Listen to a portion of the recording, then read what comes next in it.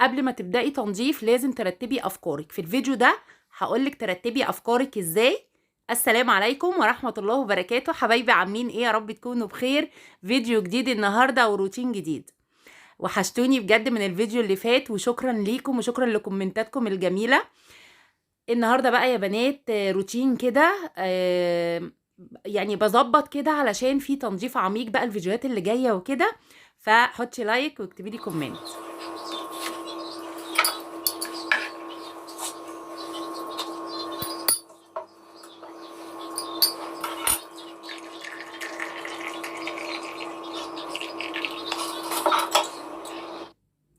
اول حاجه يا بنات ايه، هحضر الفطار. هعمل بقى كوبايه شاي بلبن كده. وكان اخويا ربنا يبارك له يا رب كان جايب لي هريسه وكده، بصراحه كان نفسي فيها. فكنت قاعده بدردش معاه كده وبقول له في هريسه كده بحبها من حد معين يعني في اسكندريه، فلقيته جايبها لي. بجد الاخ الحنين رزق، ربنا يخليه ليا يا رب. المهم بقى يا بنات، عملت كوبايه شاي بلبن وحطيت بقى قطعه هريسه كده. بصوا الباور بتاعي عشان اقدر اشتغل. تمام. النهارده بقى ايه الروتين يا بنات؟ هنظبط كده شويه حاجات في البيت. إيه، وهقولك على افكار تبدأي بيها إيه لما تيجي تنضفي وتبدأي تشيلي الشقة شيل كده. فعلشان ما تحسيش ان الدنيا كده ايه ظابطت معاكي، يعني تلاقي كده ايه الدنيا اتدربكت ومش عارفة تلميها. لا، هقولك على حاجات كده ان شاء الله، افكار، وان شاء الله هتستفادي من الفيديو. فطرت الحمد لله، وهبتدي بقى ايه، طبعا مفتحة شبابيك الشقة كلها. وتعالوا بقى كده ايه نبخر الشقة مع بعض.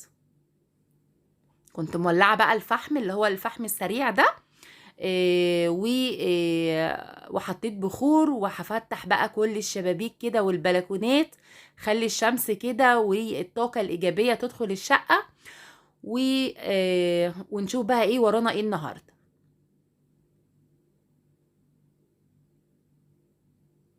يلا قومي بقى ايه كده تنشطي لو وراكي حاجة كده مكسلة عليها او كده. ان شاء الله الفيديو ده هيديكي طاقة كده ايجابية. وشكرا لكل حد اشترك في القناة، وشكرا لكل حد كتب لي كومنت حلو. بجد ربنا يسعد قلوبكم يا رب.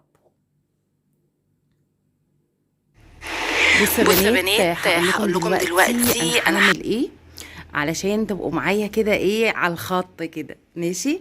ف هعمل ايه. اول حاجه هلم بقى ايه الستاير كلها كده، هنزلها عشان اغسلها. الستاره دي والستاره دي، وكل الستاير بتاعت الشقه هلف على الشقه كده ايه، الم كل الستاير وهغسلها. تمام. وهلم المفارش وهلم الكفرات بتاعت الانتريه دي. كل حاجه عايزه تتغسل هلمها وهغسلها. و اللي هي الحفظات دي حفظات يا بنات من السجاد. الحفظه دي والحفظه دي هغسلهم برضو لاني هغير مكانهم، مش هحطهم هنا. وفي واحده بقى ان شاء الله كده هتيجي تساعدني يعني تعمل معايا الشقه. ولكن الحاجات اللي انا هعملها النهارده يعني مش هخليها هي تعملها علشان الوقت. تمام.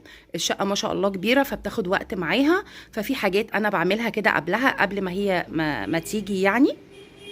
فالحاجات دي اللي انا بقول لكم عليها، يعني هي مش هتيجي بقى تغسل ستاير وتغسل غسيل ومفارش وكلام من ده. لا، في حاجات تانية هي بتعملها انا مش بقدر اعملها لوحدي يعني، فاحنا الاتنين بنساعد بعض.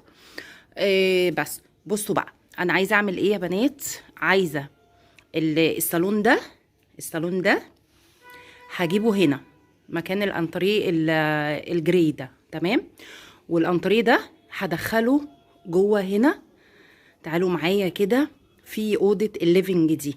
تمام. يبقى الانتريه ده ركزوا معايا كده، هدخله هنا في الاوضه دي. وده والانتريه ده هطلعه مكان الصالون هنا. انتوا فاهمين بقى انا عايزه اعمل ايه؟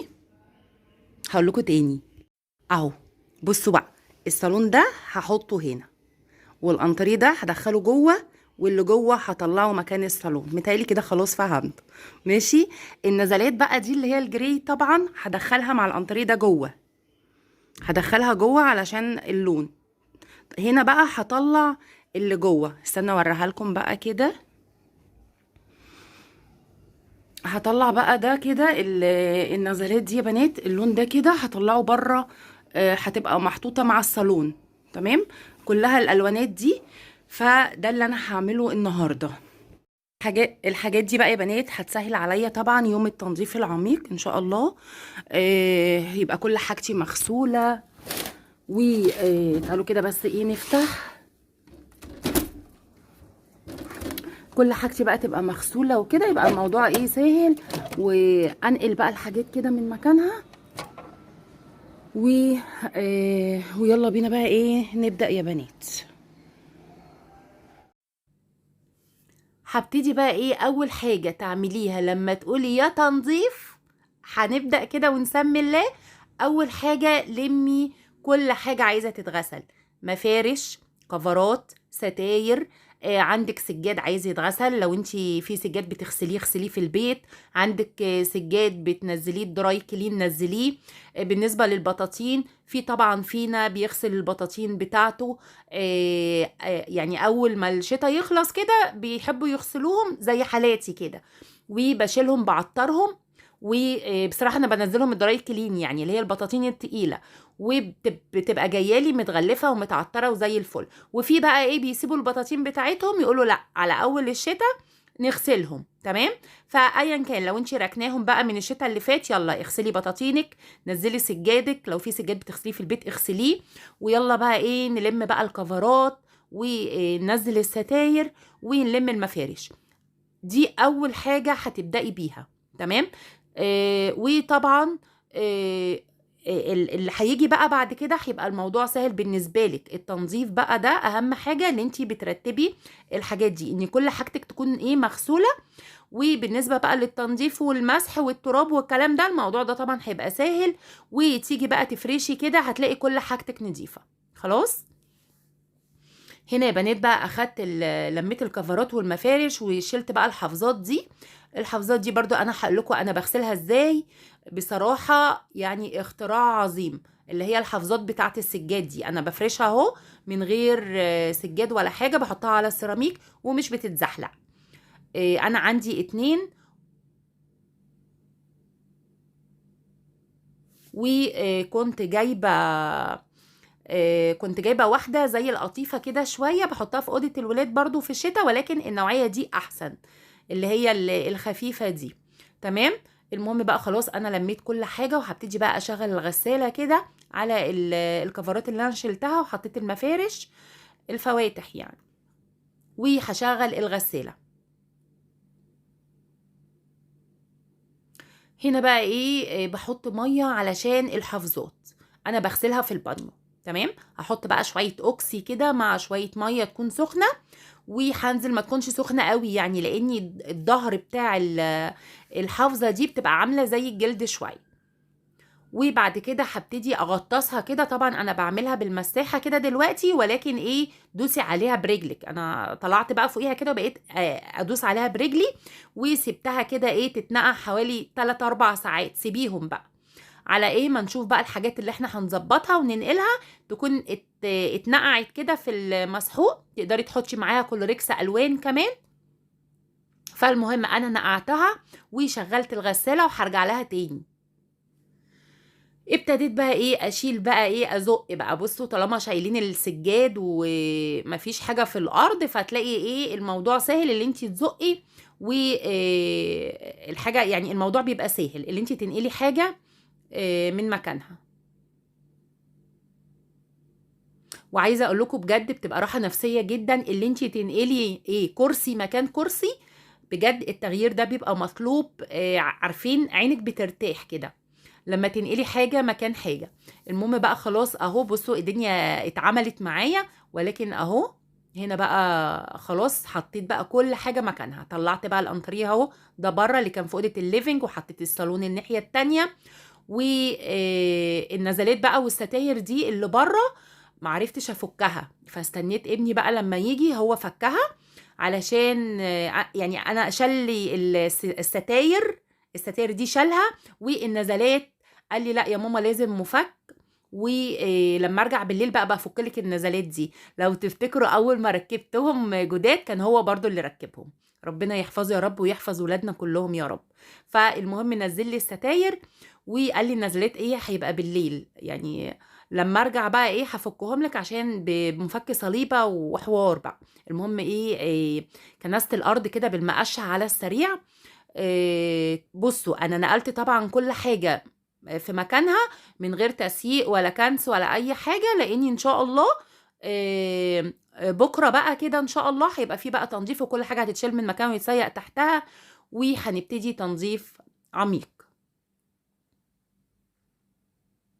هبتدي بقى الم الغسيل، كان عندي غسيل كده منشراه من بالليل، هبتدي المه. وبعد كده هعمل ايه. هو بصوا في التوقيت ده اصلا النور كان مقطوع، كانت الساعة 5 بقى، فالنور اتقطع. ببقى مظبطه بقى ان الغسيل لو في غسيل عايز يتلم، غسيل عايز يتنشر، والنور مقطوع. دي الحاجه الوحيده اللي انا ممكن اعملها والنور مقطوع. يعني ما بحبش ادخل المطبخ عشان المطبخ ما بيبقاش فيه نور وكده، ما بحبش بصراحه. فعلى قد ما بقدر بحاول اعمل الغداء قبل الساعه 5. وبصراحه موضوع قطع النور ده مظبطنا عارفين. بس المهم الحمد لله. قلت انشر بقى على ما النور يجي. ولميت الغسيل بقى وهطبقه برضو، وهنشوف مع بعض هنعمل ايه. اكتبي لي بقى الكومنت الحلو بقى اللي بيشجعني بجد، ومش عارفة اشكركم ازاي على الفيديوهات اللي فاتت. بجد شكرا لدعمكم ليا.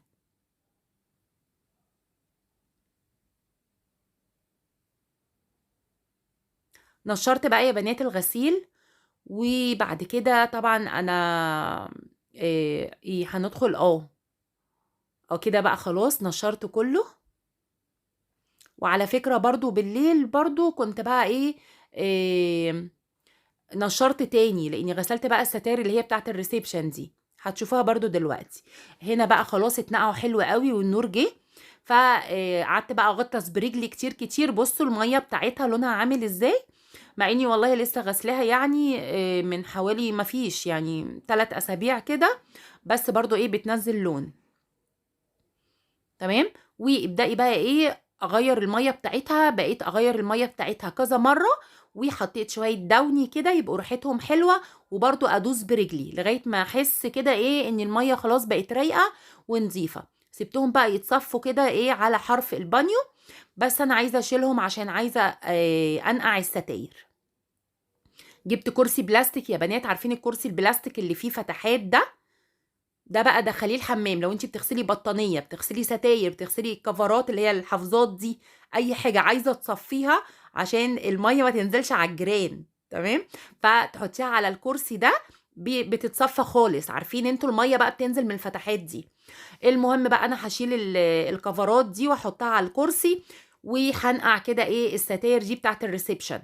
تمام. عندي شباك وبلكونه، فابني خلعهم وابتديت انقعهم كده في شويه اوكسي وشويه وميه يعني. وبرده همجهم كده بايدي. بصوا الحفظات خلاص كده. وده الفيديو بتاع النهارده، اتمنى ان هو يكون عجبكم، والسلام عليكم ورحمه الله وبركاته.